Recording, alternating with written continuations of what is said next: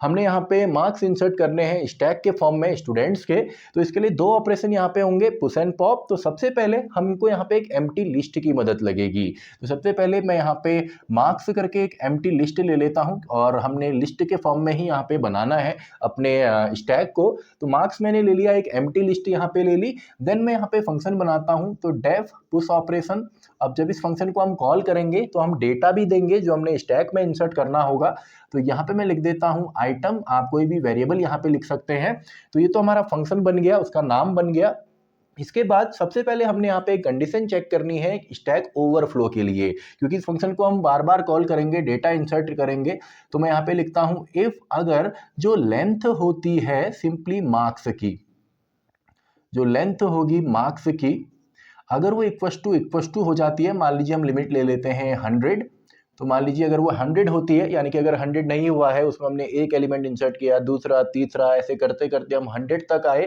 Total हमने इसमें 100 कर दिए, 0 टू आपका 99। लेकिन जैसे ही 101वां एलिमेंट हम इंसर्ट करेंगे तो हम चाहते हैं कि केवल इतनी ही इसकी लिमिट हो। तो सिंपली हम यहाँ पे क्या प्रिंट कर देंगे, अगर लेंथ ऑफ मार्क्स या सिंपली स्टैक की 100 होती है तो हम यहाँ पे प्रिंट कर देंगे सिंपली कि स्टैक जो है वो ओवरफ्लो है, स्टैक ओवरफ्लो।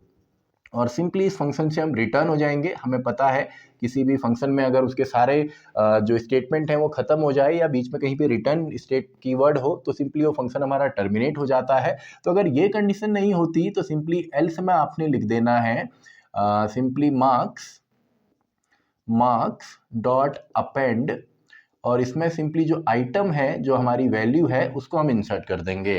तो सिंपल सा है, यानी कि सबसे पहले इसका चलिए अभी हम देखेंगे, फिर हम प्रिंट भी कर सकते हैं कि डेटा इंसर्टेड, जो डेटा हमने इंसर्ट किया है वो है आइटम नाम के वेरिएबल में, और सिंपली फिर हम यहाँ से रिटर्न हो जाएंगे।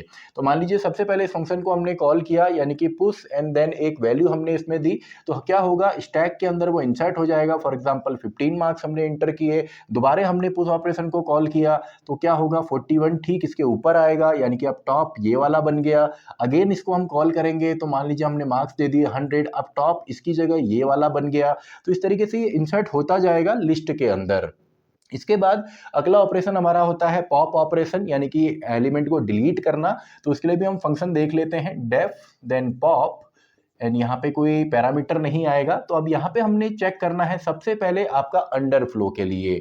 तो क्योंकि पॉप है, मान लीजिए पहली बारी हमने पुश फंक्शन को कॉल नहीं किया और फर्स्ट टाइम ही यूजर ने अगर पॉप डेटा को डिलीट करना चाहा या देखना चाहा लास्ट एलिमेंट कौन सा है, अगर उसको डिलीट करेंगे तो सबसे पहले अगर पॉप को ही कॉल कर देंगे और उसमें कोई डेटा नहीं है तो मैसेज क्या फ्लैश होना चाहिए कि अंडरफ्लो है, यानी कि यह आपका जो स्टैक है वो एम्प्टी है। इस तरीके का मैसेज हमने फ्लैश करवाना है। तो यहाँ पे मैं लिखता हूँ इफ अगर जो मार्क्स नाम की हमने लिस्ट ली है या डेटा स्ट्रक्चर लिया है, अगर ये बराबर बराबर होता है एम्प्टी लिस्ट के, तो सिंपली हम यहाँ पे प्रिंट कर देंगे आपका स्टैक अंडरफ्लो, और सिंपली आप चाहें तो यहाँ पे रिटर्न लिख सकते हैं। अगर आप नहीं भी लिखेंगे तो भी कोई प्रॉब्लम नहीं है, नहीं तो एल्स हम यहाँ पे लिख देंगे प्रिंट के अंदर डेटा डिलीटेड। तो डेटा क्या हमने डिलीट किया, तो हम यहाँ पे सिंपली लिखेंगे मार्क्स डॉट पॉप। तो पॉप क्या करता है, लिस्ट के आखिरी एलिमेंट को हमेशा डिलीट करता है, यानी कि अगर हमने पॉप को कॉल किया और ये एलिमेंट हमारे हैं तो पहले 100 को डिलीट करेगा, देन 41 को डिलीट करेगा, देन 15 को डिलीट करेगा, देन आपका क्या होगा, मार्क्स एम्प्टी हो जाएगा और अंडरफ्लो वाली कंडीशन आपको यहाँ पे मिलेगी। तो आई होप आपको समझ में आया होगा। अब यहाँ पे दो मेन फंक्शन है, पुश एंड पॉप, उसके अंदर भी दो इनबिल्ट फंक्शन का हम यूज करते हैं। एक तो आपका हो गया अपेंड फंक्शन, इसकी मदद से इसमें डेटा इंसर्ट करेंगे, और एक हो गया आपका पॉप फंक्शन जिसकी मदद से हम डेटा को रिमूव करते हैं। इसके अलावा एक और इसमें ऑपरेशन हो सकता है आपका सर्चिंग का, हो सकता है पीक का ऑपरेशन हो सकता है। अब पीक वाला तो सिंपल है क्योंकि उसमें आपने केवल देखिए कोई भी लिस्ट होती है तो उसका जो आखिरी एलिमेंट होता है, भले कितनी भी बड़ी लिस्ट हो, आखिरी एलिमेंट कौन से इंडेक्स नंबर पे होगा, -1 पे। तो पीक ऑपरेशन पे केवल आपने क्या करना होता है, अंडरफ्लो के लिए चेक और अगले में आप लिख देंगे -1, यानी कि मार्क्स और बिग ब्रैकेट में -1, तो पीक ऑपरेशन भी आपका हो जाएगा। तो आई होप आपको समझ में आ गया होगा, ये पूरा का पूरा हमने यहाँ पे समझा। तो इसी के साथ हमारा आज का डे भी खत्म होता है, डे 8। आई होप आप साथ साथ में